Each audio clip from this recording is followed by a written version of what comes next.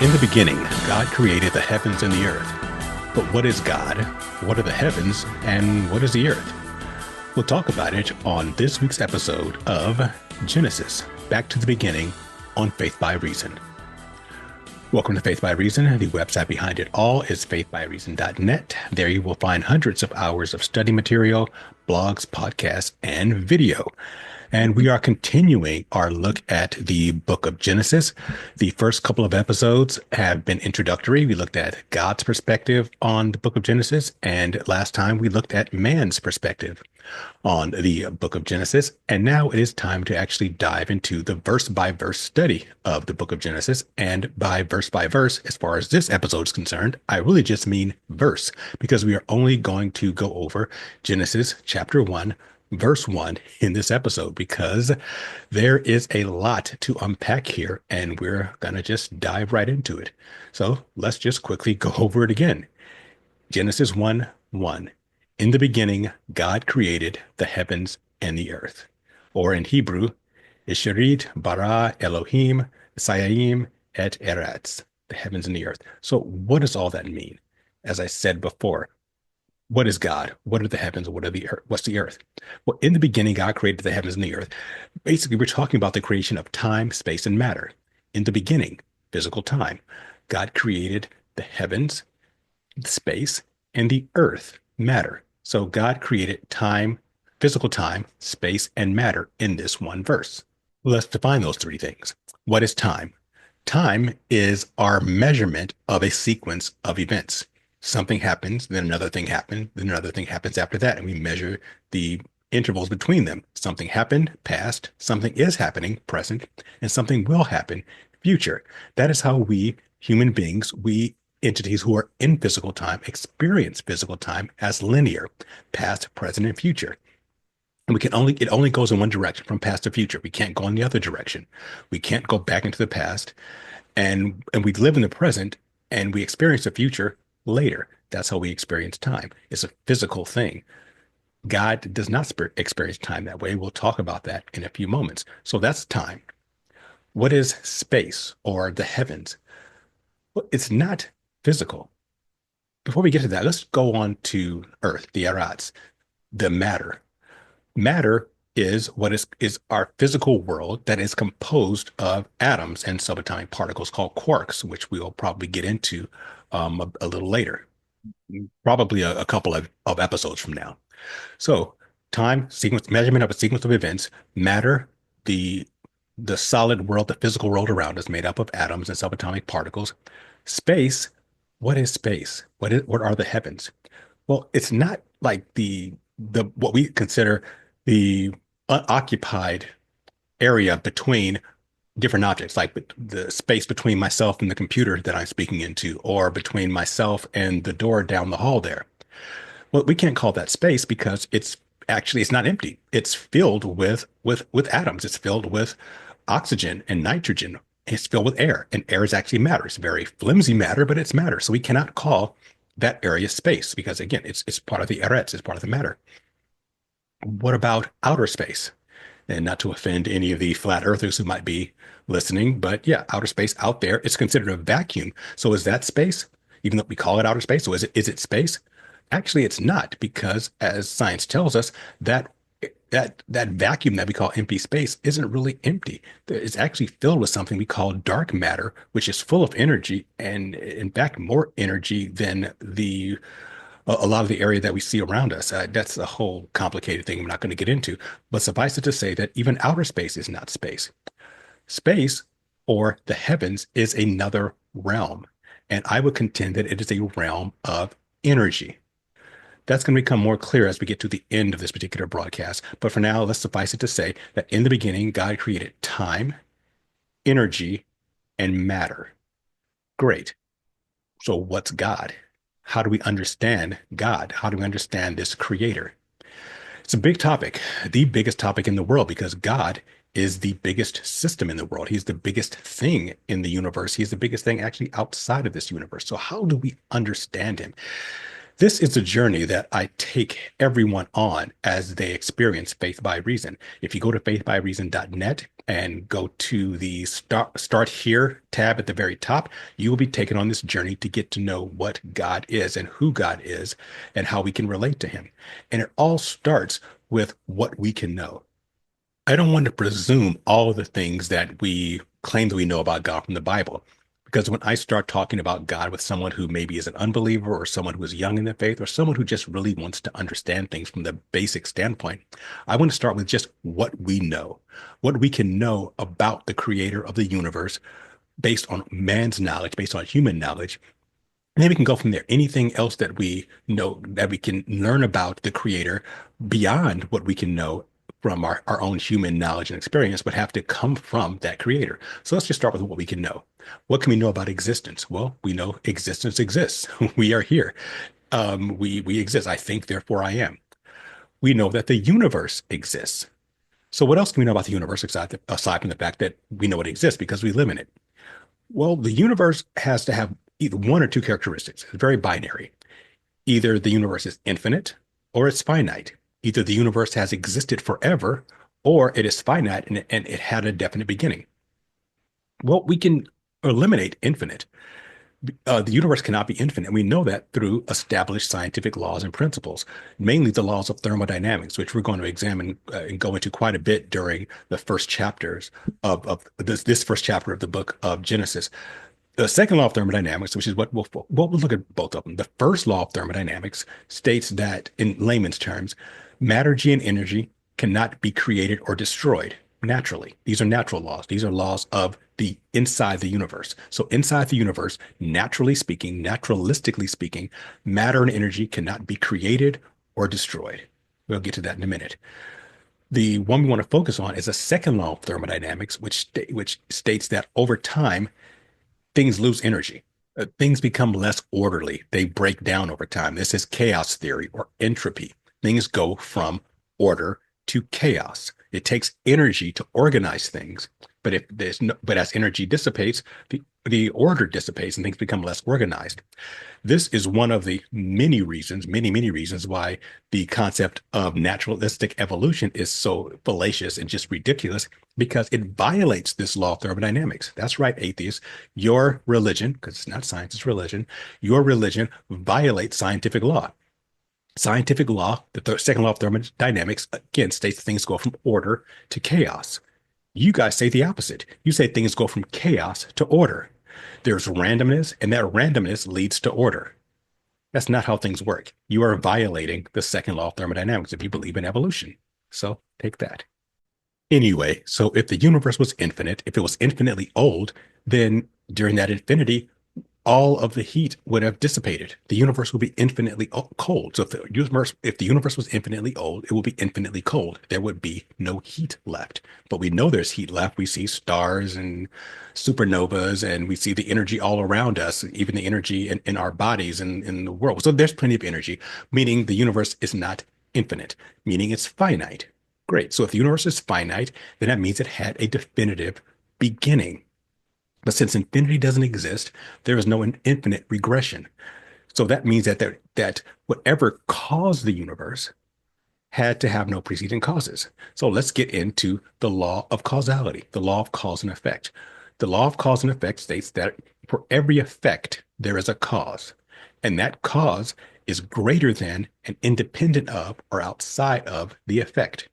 Therefore, whatever created the universe, however the universe came into being, whatever that first cause is, was outside of the universe and greater than the universe. And that is what Christians call God. But how do we know that it's the God we worship? Well, hang in there. We'll keep going with it. So we know that there's a first cause. And then that first cause had no precedent causes. That cause had to be eternal. That cause had to be outside of the things that were created with this universe: time, space, and matter. The first cause is outside of space, matter, and time, meaning it is timeless, meaning that first cause is eternal. So then the first cause is causeless and it's eternal and it's outside of the universe, meaning it is transcendent. It is not a part of the universe. It is outside of it according to the law of causality. So what else can we know about this first cause? Well, we could also know that this first cause can't be natural. Why? Let's go back to that first law of thermodynamics. The first law basically states that matter and energy cannot be created or destroyed naturally, meaning that the universe could not have been created by the first cause naturally. So, by definition, however, the first cause created the universe, it did it supernaturally. So we know that the first cause is greater than the universe, outside of the universe, eternal, and supernatural, causeless. What do we do with that with our human minds? Do we know anything in our human minds that maybe fits the category of being eternal, of being timeless, supernatural, and able to create, transcendent, and able to somehow create and influence physical matter because it can't be physical. The first cause also has to be non-physical because it created the physical universe, and it was before the physical universe. Well, I would say that a possibility could be information. Information can create and manipulate physical reality and our physical universe. How do we know that?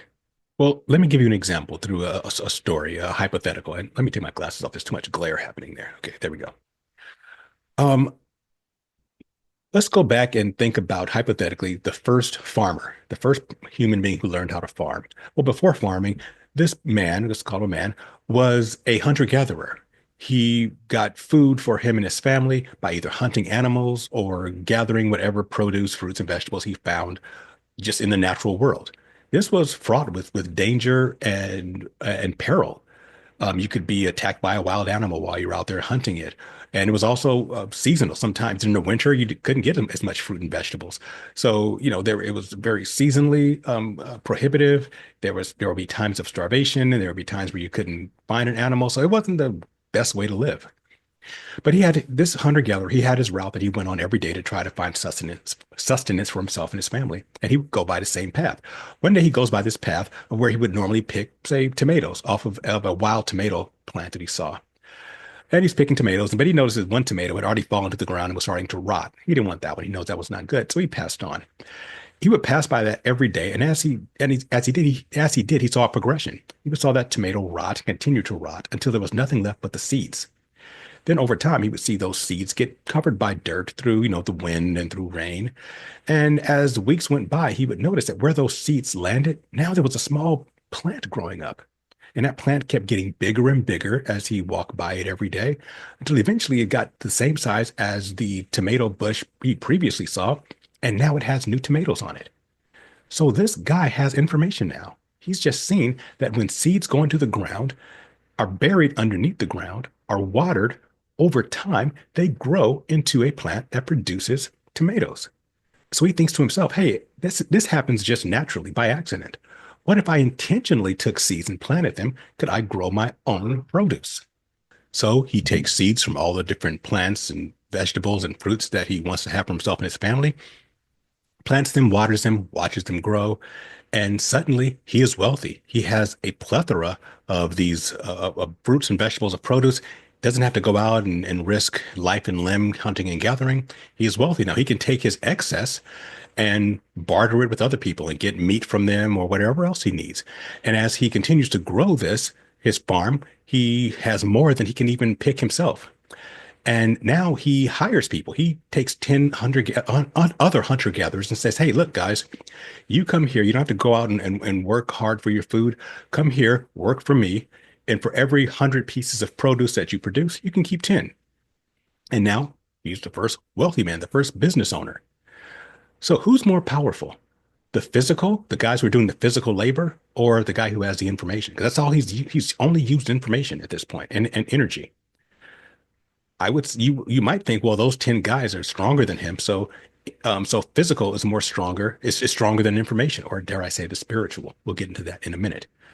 And what if those guys said, look, there's 10 of us and there's only one of him. So why don't we get more out of him? Why don't we tell him that we want 20 pieces of produce for every 100 we pick? And they go to him and they tell him this. And he says, no way. You're only getting 10. 10 is what I promised you. 10 is what you get. And they said, well, we'll just quit. Okay, fine. I don't need you. You need me more than I need you. You need me for the produce. I can go and find 10 other hunter gatherers anywhere and give them the same deal as I gave you, and they'll take it. So again, who has the power? information. The information was able to create this farm, not the workers, not the physical. It was the spiritual. It was the information. And what if they decide, okay, we'll overpower you. There's 10 of us. We'll kick you off your own farm.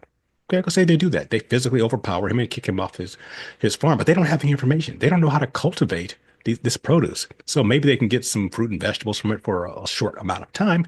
But then because they don't know how to cultivate it, they don't know the information that the farmer knows. Eventually, all the plants die and they're back to square one. Meanwhile, the farmer, because he has the information, he can go and get another plot of land, get some more seeds, and do it all over again because he has the information. So I would dare say that information possibly meets our goal of defining what the first cause is, except that information in its rawest form it's not necessarily causeless. There is a cause behind it. In that story, there was a cause. He had to do certain things to get the information. So is there a type of information that is causeless or at least does not have or does not need a bunch of different causes behind it? I would say yes. I would say there is a type of information called principles that can be low on cause. What are principles? Principles are packets of information that are not that don't need to be executed. They just exist. Principles like causality. Causality is a principle. Science is a principle. Thermodynamics are principles. Those are principles, and they exist without any other precedent causes. But there are actually only two qualitative and quantitative causes, two that get all the way down to the basics, and which you could say are the root of every other cause. And those would be right and just. Right is qualitative, just is quantitative. Right means that it exists. It's reality. Something's either right or wrong. That does not require any precedent causes or any precedent principles. All the other principles need a precedent principle, but right does not need a precedent principle. Right exists. Either something is right or it's not right. Just or justice is similar. Justice states that over time things equal out. If you want a deeper definition or a deeper dive into this, again, go to faithbyreason.net, start either with the what's the point category or just go to the start here area. I also did a bunch of short videos about this on YouTube and on Twitter X, and I'll put a link to those here. You should be able to see them above, and that'll take you deeper into this. But the first cause has to exist of the two principles of right and just, righteousness and justice. That is what the first cause, that's the nature of the first cause. The nature of the first cause is right and just. And since the first cause is the beginning, the first cause has to be always and completely right and just, since that is the nature of the first cause. And that is pretty much all we can know about the first cause of the universe, based purely on human knowledge, that whatever caused the universe is always and completely right and just, transcendent, eternal, again, causeless, supernatural, and greater than and outside of the universe. Causeless principles, right and just. Anything else we know about the first cause would have to come from the first cause itself, because anything else would be outside of what we can discern from our own human knowledge. So we need a source of information from the first cause. The question is, does the first cause give us information about his, her, or itself? Well, as a Christian, as someone who follows Judeo-Christian philosophy, we do have that source of information. We call it the Bible, and specifically here, the book of Genesis, which is what we're going over. But to be fair, the Genesis narrative is not the only creation narrative that exists. There are several others. And how will we know? How can we know that the one we see in Genesis is the correct one? Well, we have to look at the others in broad categories and maybe and do the process of elimination. So what are we talking about here? Well, first of all, we have the secular, humanistic, evolutionary, naturalistic worldview, which basically says the universe created itself, that there is no higher power, there is no God or gods, that the universe is all natural. And they have their narrative of how the universe began. You have the Big Bang and billions of years and evolution and all that kind of stuff. So that's one. Then you have the ones that believe in the supernatural. So these are the religious and faith-based systems, and they fall into categories of things like paganism and animism. Paganism has specific gods that created the universe. Animism is more like there's a supernatural force out there that created the universe. Then you have and these include things like the Egyptian gods or the Greek gods, the Roman gods, the Mesopotamian gods, the Norse gods, the Hindu gods, all these pantheons of gods who have had some role in creating the physical universe as we know it. Then in animism, again, it was just like this force of nature that created the universe. Then you have the monotheistic religions of Islam and Judeo-Christianity. Process of elimination. Which ones can we eliminate? Well, we can start by eliminating the naturalistic, secular, humanistic evolution standpoint, because again, we know that from our human knowledge that whatever caused the universe has to be supernatural. It cannot be natural because the first law of thermodynamics says matter cannot be created or destroyed. So, sorry, evolutionists, out you go. We got to kick you off the boat. You get the boot because we know that whatever created the universe is supernatural. Off you go. That leads us with the religious and faith-based. The problem with most of these pantheons of gods, or even the animism, is that all of their creation myths talk about these gods or forces creating the universe from within the universe. They're not transcendent. And we know that the first cause has to be transcendent. It has to be outside of the universe. And all these various paganistic and animistic religions talk about their creation narratives happen with gods and whatever creating the universe from inside the universe. So they got to go because they're not transcendent. That leaves us with the monotheistic religions. So both the God of the Bible, Jehovah, and Allah of Islam, they're transcendent, they're eternal, they are supernatural. They seem to meet all the criteria except for always and completely right and just. Allah of Islam is not always and completely right and just. The Quran shows that Allah is capricious. He can do anything he wants. He can be unrighteous and he can be unjust. Allah can lie. Well, lying is unrighteous and unjust. Being capricious is unrighteous and unjust. Therefore, Allah cannot be the first God. He cannot be the creator. That leaves us with the God of Judeo-Christianity, Jehovah, Yahweh. Why? Because the Bible shows that all the other books show that their gods are fail the category. They all get the boot. But the book that we were given, the Bible, shows that God, Jehovah, meets all those categories. He is always and completely right and just. He is righteous and just. He does nothing that is unrighteous and unjust. He is transcendent. He is outside the universe. He is greater than the universe. He is eternal. He is supernatural. He meets all the criteria and more, as we'll get into it. So, with that said, I give the strong contention that Jehovah of the Bible is the first cause. So, what else can we know about the first cause based on what the Bible says? What is God, Jehovah? What is he made of, for lack of a better term? You see, since we're bound by linear time, we are bound by the ideas of linear time. We want something to come from something else. We have a tough time wrapping our minds around eternity. We have trouble wrapping our minds around the concept of something that's immaterial. We need substance. Is there something we can say about God that is substantive? Well, in the Bible, in the book of 1 John 1:5, it says that God is light and there is no darkness in him at all. What is light and darkness? I define that on faithbyreason.net. Darkness is a measurement of the absence of light. So if there's no darkness in God at all, then God is 100% light. He is endless light. What is light? Light, in most simplistic terms, light is energy. God is endless energy. Well, what does it take to create in the physical world? It takes, as we saw in the analogy of the first farmer, it takes information and energy. God is both. God is light. There's no darkness in him at all. He is energy. And God has causeless principles of right and just. So God has all the information that's ever existed, and God has all the energy. That's what he is. He is all energy and all information. What can we call energy and information? I would dare say we call it thought. What do I mean by that? Our thoughts are energy. In our brains, when we have a thought, there's energy. There's a spark of energy. When we have a thought that goes through our mind, It is communicated in our physical brain through our neural cells called dendrites. When we have a thought, there's a spark of energy that goes between the two dendrites. The dendrites don't actually touch each other. When information passes through them, it passes through an electric spark. That's what's measured in our brains when we take an EKG when you're at the hospital. They're measuring the energy in our brain. Our thoughts are energy, and they're also information. Our thoughts are information. I don't think I need to explain that any further. Our thoughts are information.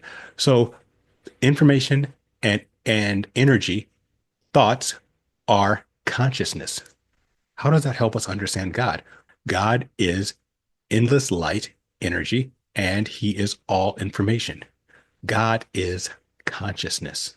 I know that sounds a little woo woo, new agey. Stay with me here, but it just makes sense. God is consciousness.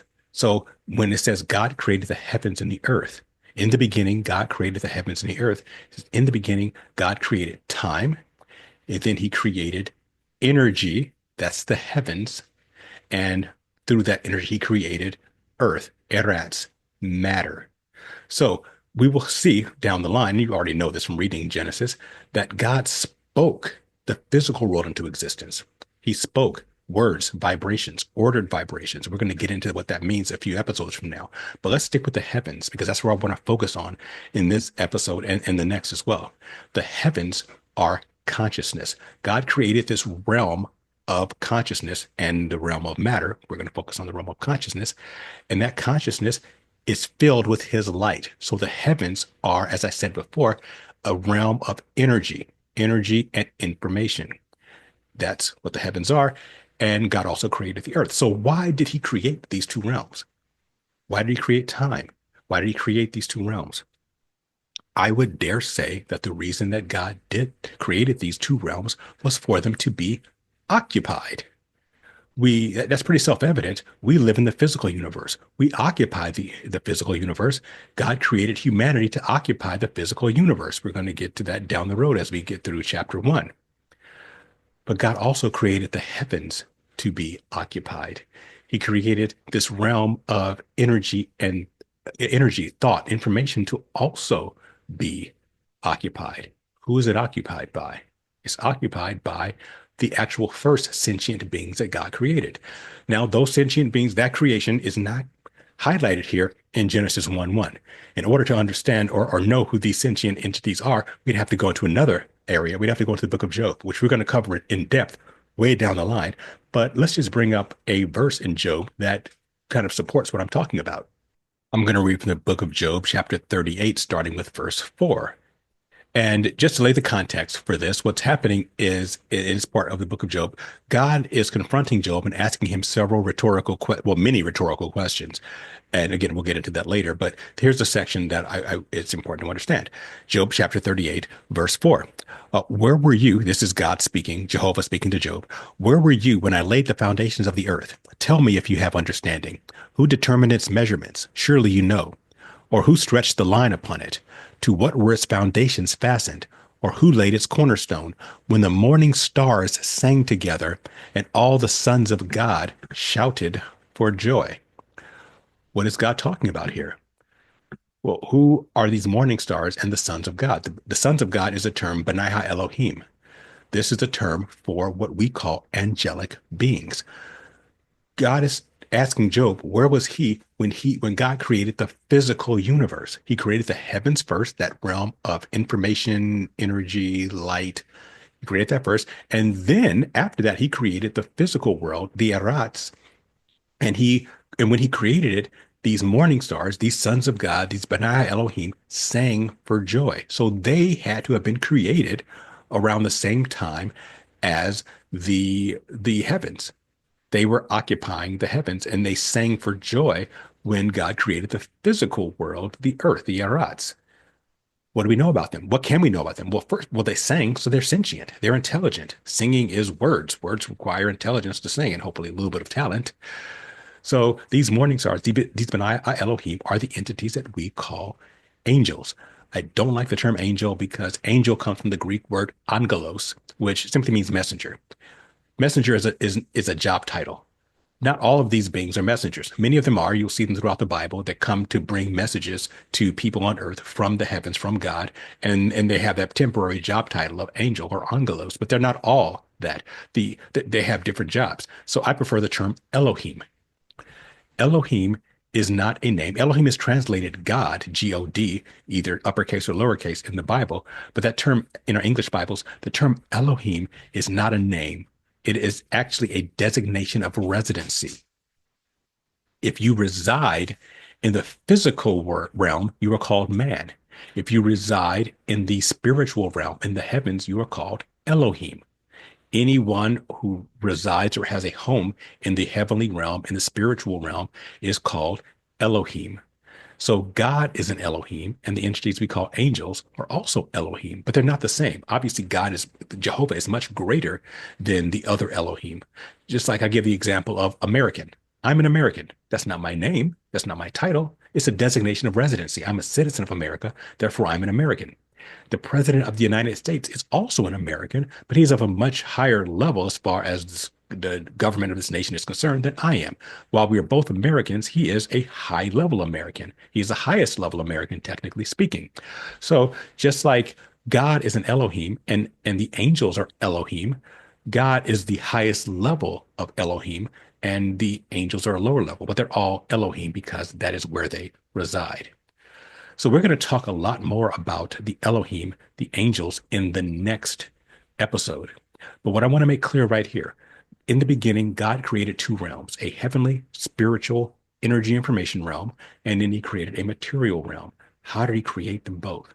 He created, as we will see as we get further in Genesis, and you already know the narrative, you've read Genesis before, Jehovah God spoke the physical realm into existence. God said, let there be X, Y, and Z, and X, Y, and Z appeared. The physical world was made with words, not the spiritual realm. How was the spiritual realm created? How were the heavens created? The heavens were created by thought. God thought the heavens into existence. The heavens are that realm of consciousness.